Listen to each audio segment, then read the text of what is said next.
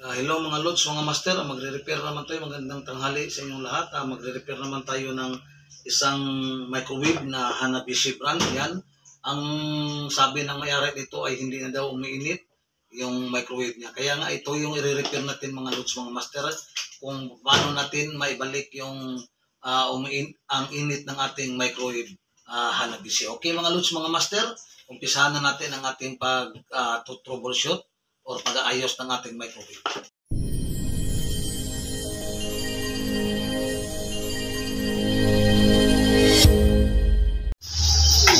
Okay, ito na yung fuse mga lods, mga master, sa microwave natin. Yan ang fuse. Pag sira yan mga lods, ay hindi yan umiinit din ang ating microwave. Yan ang thermostat control sa magnetron natin.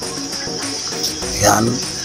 Kadalasan mga lods, mga master, ang sira ng ating microwave na hindi uminit, magnetron. Yan, yung square na yan, magnetron, fuse, at saka yung capacitor, high voltage capacitor. Yan yung capacitor mga lods, mga master. Pag sira na yan hindi na rin umiinit ang ating microwave Hanabishi brand. Okay, check natin yung fan natin, okay naman. Yung transformer, okay, chine-check natin. Yan, kaya ito troubleshoot natin mga lods, mga master. Yan ang magnetron mga lods, mga master. Pag once na hindi na umiinit, yan, sira talaga yung nakakadalasan yung magnetron natin.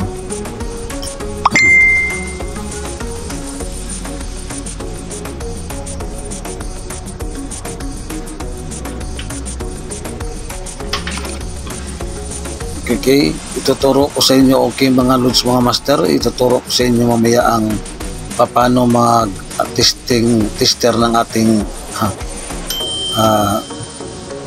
magnetron.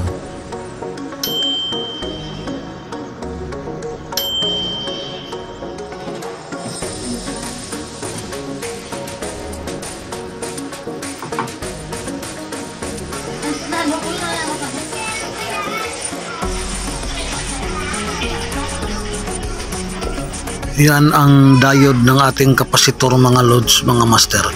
Yan ang diode.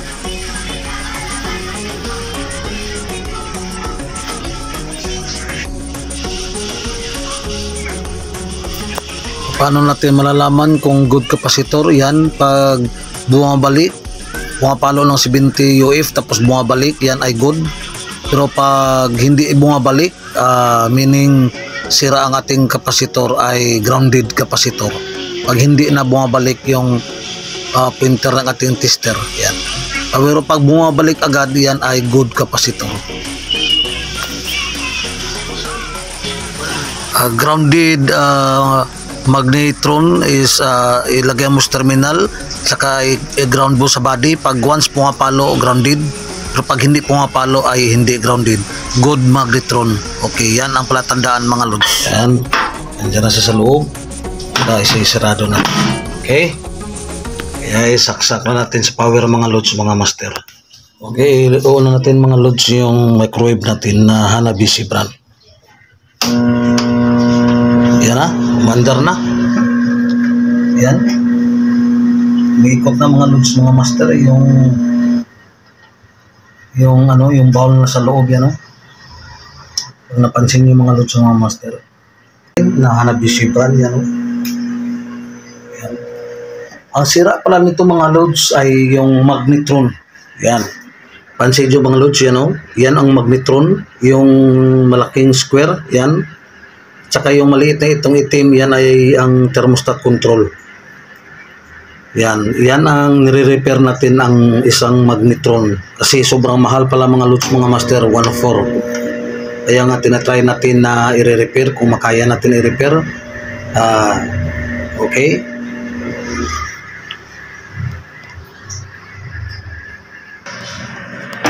Yan. Hintayin muna natin mga lods kasi naka-timer yung natin, yung microwave. Yan. Hintayin natin kailan siya mag-off yung type 1 natin. Yan, umikot pa yung bowl natin, yan, sa loob.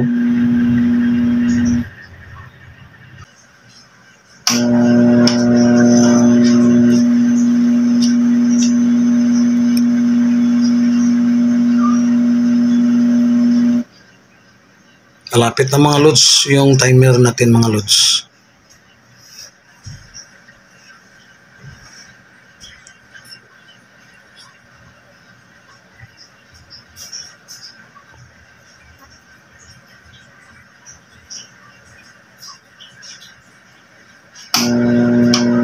Okay, malapit na mag-off yung ating, okay, nag-off na. Buksan na natin sa loob. Okay, buksan na natin sa loob mga master, mga lods. Okay, yan.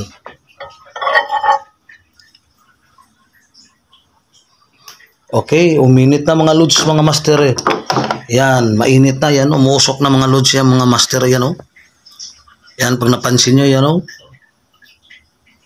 Yan, sobrang init mga lods, mga master, yung microwave natin yan, oh. Yung usok niya. Yan, kita nyo mga lods, mga master. Okay, okay na yung microwave natin mga master, mga lods. Maraming salamat sa panonood. God bless us all. Shout out dyan sa mga kaibigan natin dyan, Luzon, Visayas at Mindanao.